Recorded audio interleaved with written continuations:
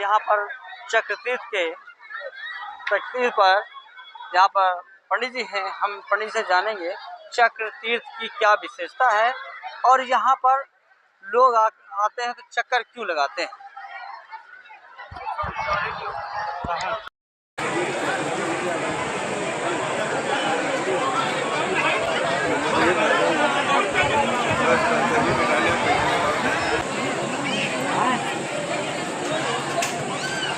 उत्तर दक्षिण चारों दिशाओं से फैला हुआ।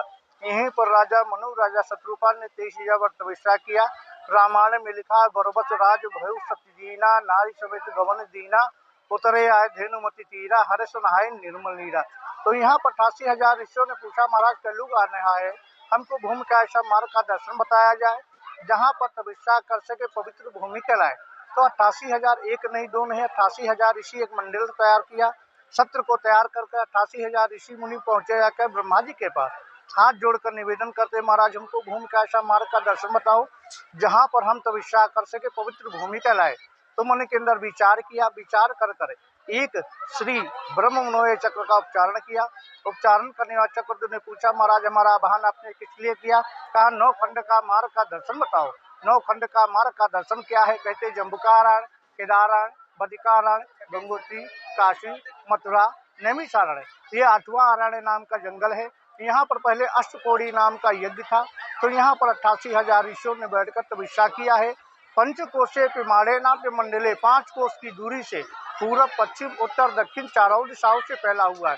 यहाँ पर पहले 5 सप्त ऋषियों के नाम से जाने जाते थे, यज्ञ करते थे। आकाश में धुआं उड़कर जाता था, भूमंडल में फैलता था, अमृत गिरता था, वर्षा होती। तो यहाँ पर नेमी गिरनेश्वर का नाम नैमिषारण्य पड़ा। सारण्य माने आप जंगल भी कह सकते, नैमिषारण्य भी इसको कह सकते हैं। यहीं पर ब्रह्मा का श्री ब्रह्मनोय चक्र यहाँ पे गिरा है। नेमी गिरनेश्वर का नाम नैमिषारण्य पड़ा। सारण्य माने आप जंगल भी कह सकते, नैमिषारण्य भी इसको कह सकते। वो भूमि नैमिषारण्य है। 88,000 ऋषियों ने बैठकर यहाँ पे तपस्या किया है। पंचकोशे पिमाड़े नाम मंडले, 5 कोश की दूरी से पूरब पश्चिम उत्तर दक्षिण चारों दिशाओं में फैला हुआ है। यहीं पर वेद व्यास जी ने बैठकर 4 वेद 6 18 पुराण की रचना किया। 17 वेदों को बनाने के बाद उनको संतुष्टि प्राप्त नहीं है। श्रीमद् भागवत जो घर में सुनते हो, यहीं से स्टार्ट हुए। सत्यनारायण का व्रत कथा घर में आप लोग सुनते, दाने में कार्य प्रतिमनम सर्वे श्रुतम पुराणिकम। सूति जी ने सोनकारी ऋषियों को कथा नैमिषारण्य में सुनाया है। वो भूमि नैमिषारण्य है। यहाँ पर ऋषियों का भूमि है।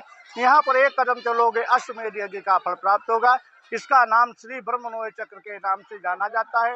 हमारे यहाँ माँ ललिता बैठी है, राजा दक्ष की पुत्री है, शिव जी की पत्नी है। शिव जी का यज्ञ में भाग नहीं दिया गया था। माता का यहाँ पे हृदय गिरा हुआ है, तो हृदय धारी ललिता देवी के नाम से शिखा को चोटी को खींचा है। 6.5 पताल का भेदन हुआ है। अंदर से जल निकल कर आदि गंगा गोमती को बहकर जाता है। सूत जी ने सोनका ऋषियों को कथा नैमिषारण्य में सुनाया है। वो भूमि नैमिषारण्य है। बोलो नैमिषारण्य धाम की जय।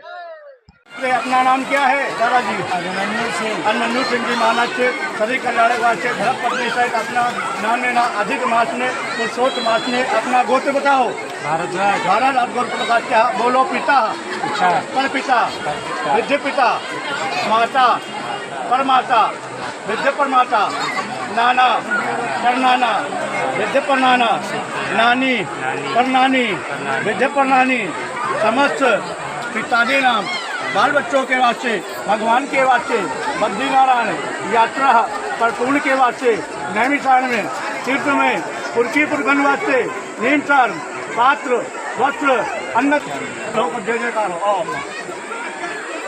हरि ओम हरि ओम हरि ओम हरि शुक्राते शिशुभराकल्पे जम्बूरीते हरे खंडे आर्यवर्ष विश्वमासुप्रवर वर्षम हम ग्रह से थावर लोकसमुखात्या अयोध्या बहुधाचार्य पुण्यक्षेत्रे नैन शांत कर्णक शुक्रवासरे थावात मुदे श्रुति अस्मत् फलकात्या आद्य नैमिषारण्य देविक भौतिक सकल कामना पर पूर्ण।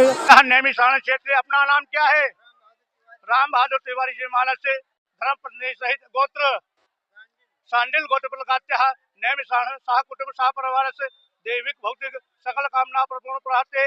पिता पर पिता, विद्य पिता, माता परमाता, विद्य परमाता, नाना पर नाना, विद्य पर नाना, नानी पर नानी, विद्य पर नानी। समस्त पिताजी नाम नैमिषारण्य में तीर्थ में अधिक मास में नैमिषारण्य में बद्रीनारायण यात्रा पर पुण्य के वास्ते, पितरों के लिए, मोक्ष के लिए, माता पिता, नानी नाना, पुरखी पुरखा सबके वास्ते पात्र, वस्त्र, अन्नदान, वृद्धदान, श्रवणदान